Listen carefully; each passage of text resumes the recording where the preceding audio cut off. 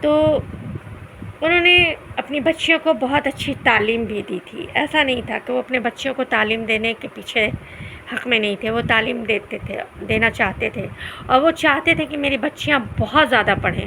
لیکن کہتے ہیں نا کہ جب ماں باپ بہت زیادہ پڑھے ہوتے ہیں تو بچے کہیں نہ کہیں پڑھنا نہیں چاہتے. تو اسی طرح سے میری 4 سسٹر نے گریجویشن کیا اور الحمدللہ انہوں نے میرے اوپر بہت محنت کی. مجھے علی گڑھ لے گئے.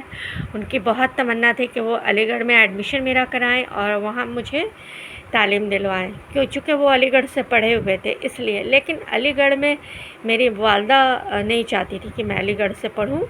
وہ مجھے اپنے پاس رکھتی تھی کیونکہ میں اپنی والدہ سے بہت زیادہ اٹیچ تھی، اس لیے میں بھی نہیں جا پائی، جس کا مجھے اب بہت افسوس ہوتا ہے. کیونکہ علی گڑھ سے اگر میں پڑھ لی ہوتی تو میں آج بہت بڑے پوسٹ پہ ہوتی اپنے فادر کی طرح سے. خیر، میرے فادر کی اور میری ایک سیم عادت ہے. ان کو ڈائری لکھنے کا بہت زیادہ شوق تھا اور مجھے بھی ڈائری لکھنے کا بہت زیادہ شوق ہے. اور ان کو بات چیت کرنے کا بھی بہت شوق تھا اور مجھے بھی بات چیت کرنے کا بہت شوق ہے. ان کو بھی مہمان نوازی کا بہت شوق تھا اور مجھے بھی مہمان نوازی کا بہت شوق ہے. بس کچھ حالات ایسے ہیں کہ بس کیا کہوں اور کچھ کہہ نہیں سکتی. وہ ہمیشہ غریبوں کی مدد کرتے تھے. جب وہ کسی کا کیس لڑنے جاتے تھے نا تو وہ ہمیشہ یہ پوچھتے تھے کہ تم ہمیں سچ بتاؤ، اگر تمہارا کیس سچا ہوگا تو میں لڑوں گا، ورنہ میں یہ کیس نہیں لوں گا. تو جن لوگوں کا کیس سچا ہوتا تھا ان کے کیس وہ لڑتے تھے، دل سے لڑتے تھے، اپنے پیسے لگا کے لڑتے تھے، لیکن وہ ہمت کے ساتھ لڑتے تھے اور وہ جیت بھی جایا کرتے تھے. انہیں چٹپٹے کھانے کا بہت شوق تھا. وہ ایک ہارٹ کے پیشنٹ تھے اور ان کا ہارٹ بلاک تھا، اس وجہ سے، اور وہ ایک شوگر کے مریض بھی تھے، شوگر کے پیشنٹ تھے. تو ان کو چٹپٹے کھانے اور میٹھی چیزوں سے پرہیز کرایا جاتا تھا. لیکن وہ ہمیشہ مجھے کہتے تھے بیٹا تم چٹپٹے کھانے بناؤ. اور انہیں پتہ تھا کہ میں ڈیکوریشن وغیرہ بہت شوق سے کرتی ہوں. تو جب بھی کوئی گیسٹ آتے تھے تو کہتے تھے بیٹا یہ اس طرح کا ڈیکوریشن کرو، یہ کرو، وہ کرو، تھوڑا سجا دو گھر کو، تھوڑا اچھا کر دو، میرے گیسٹ آنے والے. اور میں کرتی بھی تھی بہت شوق سے اپنے بابا کے لیے. تو ایسا نہیں ہے کہ میرے بابا ہم لوگوں کو ڈانٹتے نہیں تھے. ہم لوگ اگر کوئی غلطی کرتے تھے تو ہم لوگ اپنے بابا سے بہت ڈرتے تھے. جب ان کے آفس کا آنے کا ٹائم ہوتا تو ہم سب چھپ بھی جایا کرتے تھے، کیونکہ میری عادت تھی کرکٹ کھیلنے کی. میں لڑکوں کے ساتھ بہت زیادہ کھیلتی تھی. میں خود کو ایک لڑکا ہی سمجھتی تھی. میرے فادر اور میری مدر مجھے لڑکے جیسا ٹریٹ کرتے تھے تو میں لڑکا ہی بن گئی تھی. اور میں لڑکوں کی طرف سے ہی لڑکوں کے ساتھ کھیلنا کودنا، مطلب بیڈمنٹن کھیلنا، ہر طرح کی ایسی چیزیں کھیلنا جو مطلب لڑکے زیادہ شوق سے کھیلتے ہیں. فٹ بال ہوا، بیڈمنٹن ہوا، کیرم بورڈ ہوا، یہ ساری چیزیں میں بہت شوق سے کھیلتی تھی. اور لوگ میرے پاپا سے میری شکایت کر دیتے تھے میرے بابا سے، اور میں ڈانٹ مجھے پڑ جایا کرتی تھی. خیر یہ تو ساری باتیں ہو گئی. میرے والد کے دشمنوں کی کمی نہیں تھی. کچھ دشمن تو ان کے آستین کے سانپ ہی نکل گئے.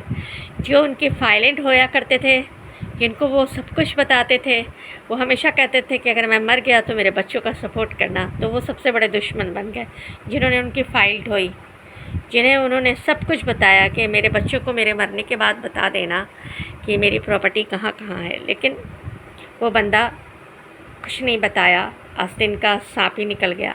میں اس کا نام نہیں لوں گی، میں اس ذکر تو کروں گی لیکن اس بندے کا نام نہیں لینا چاہتی.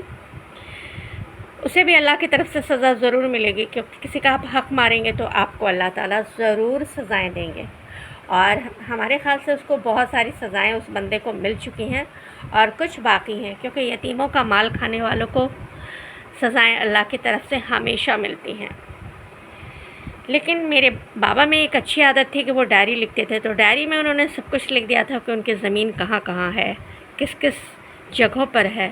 اس لیے ہم لوگوں کو زیادہ مشکل کا سامنا نہیں کرنا پڑا اور ہمیں اس طرح سے پتہ چلا کہ ہماری زمینیں کہاں کہاں ہیں. تو ایسا نہیں ہے کہ آپ اگر بہت سارے لوگوں نے ان کی زمینوں پہ ڈیرا بھی جما رکھا ہے، لیکن وہ لوگ نہیں جانتے کہ ہمیشہ حق بات کی جیت ہوتی ہے.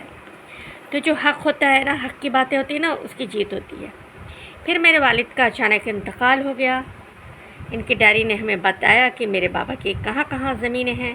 کاش آج میری زبانی ساری باتوں کو یوٹیوب کے ذریعے میرے والد سن پاتے کہ آج ان کی بیٹی خود کی اپنی ایک بہترین یوٹیوبر بن گئی ہے، جو اپنی آواز سے اپنے اور اپنے ماں باپ کے حق کی لڑائی خود لڑ سکتی ہے. میرے اس ویڈیو کو زیادہ سے زیادہ شیئر اور سپورٹ کریں. شکریہ. اور اپنے دوستوں میں، اپنے فرینڈس میں، سارے لوگوں میں ضرور شیئر کیجیے. اور اس طرح کی ویڈیوز میں چاہوں گی کہ اپنی فیملی میں، اپنی اب والدہ پہ بناؤں گی ایک ویڈیو میں انشاءاللہ. آج میں نے والد پہ بنایا ہے. والد کی بہت یاد آتی ہے.